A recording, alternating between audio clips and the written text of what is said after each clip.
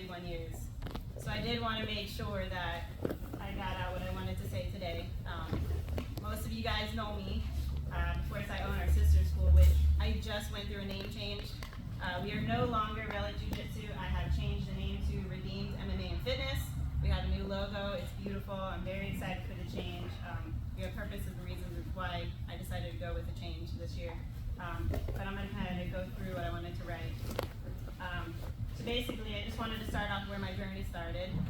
When I was 21 years old, I pleaded for something that would help me with my shyness. So a lot of you guys have known me since I've started. I've been training now 11 years. Started off super, super shy.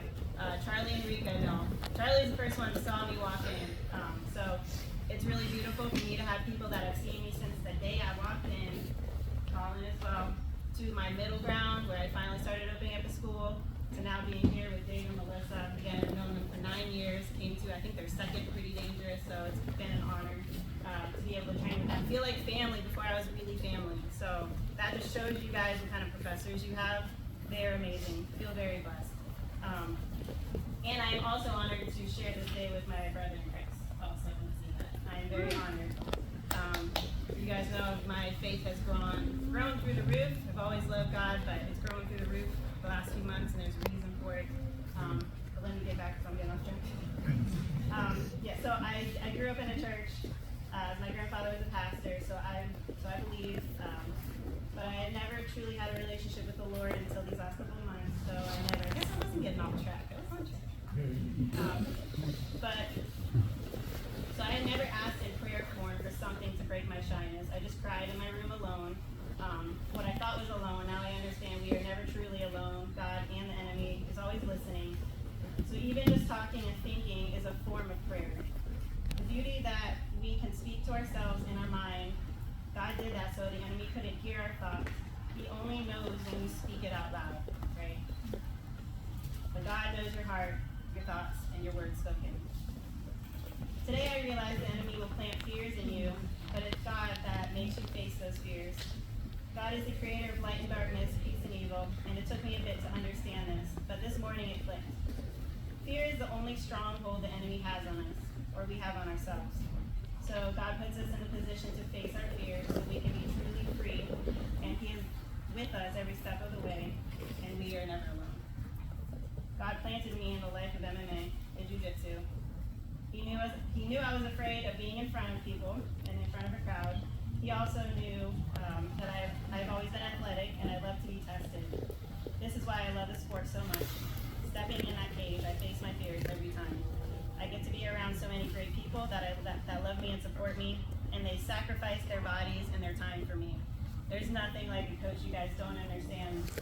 Sacrifice a lot. Our bodies are holding mitts, training with you guys, our time to be with family, but we dedicate our time to this. So there is a lot of sacrifice, and sacrificial love is the most important love. What I've realized is pride is the root of all evil, and to conquer pride, you must have humility. And the art of jiu-jitsu humbles you every day, and this is why I see it as God's people's sport. Why it changes lives, and people say it every day that it has forever changed them. And I can tell you, this sport has forever changed me. Something Coach Dave was telling me in Jaime is that you put your pride away, you speak your humility, which is humbleness, and you realize it's very important to surround yourself with people that are better than you in areas, because it's impossible to be perfect in every area. And I struggled with that because I thought I needed to be the best striking coach, I needed to be the best jiu-jitsu coach, I needed to be the best fitness coach, I needed to know all the nutrition. And I realized it's impossible for me to do that. And that is why I surround myself with people that can help me do that. So that was an eye-opener, and then hearing my mentor say that was huge. So I really greatly appreciated that from him. Now I have an amazing team at my new school that are helping me. Mark has been huge. Wherever you're at, I know you should come up here somewhere. Mark's here somewhere. That guy right there. He deserves a round of applause, guys. Woo! That guy got me.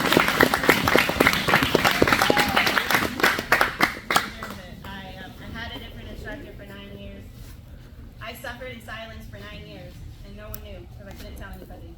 But 2 years ago, I made the choice. I stood up for myself, and I came to Dave and Melissa, they took me under their wing. And he helped me out so much because he was there almost since day one too. So that's why I have to say I'm so thankful for him and everybody else that has come upon me as well. And we're growing and we're becoming stronger every day.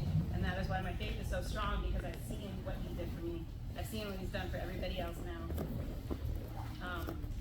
Yeah, and I just want to say there's a lot of people that messaged me really thoughtful messages saying they were here with me in spirit. And I just want to let them know the spirit is strong. I feel it. I know everybody couldn't physically be here, but I am truly grateful for every single one of them. My mom, my family, they couldn't make it here today.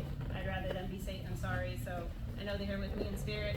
I love you guys, and I was trying to save the tears, so I'm not going to do it because I've been crying for a while. But I just want to say thank you guys so much for allowing me to be part of this family. And please show your professors love, because I've been around the block for 11 years now. I've seen some stuff. I've dealt with some stuff. They love you guys so much.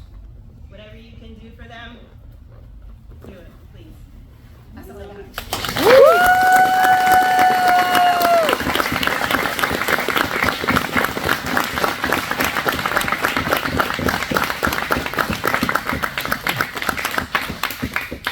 So again, we got the blades. I love them. They are gorgeous. Charlie, you're not allowed to touch. I was just gonna say, you better hide that thing. Because I'm doing a ninja's display. One watermelon test. Come on. Fruit They ninja. are sharp. But again, I love things that actually represent more than they do. And like I said, this blade will require maintenance. It is high carbon steel and it will rust. You have to take care of it and you have to do maintenance, just like you have to on your black belt. Because again, we've earned it, but if we don't do maintenance, we don't stay. Black belt is just the beginning. It is not the end.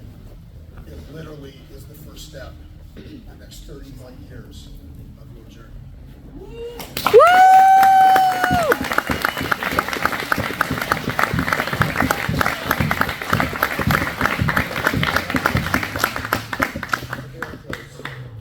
This one is a little bit more for every day.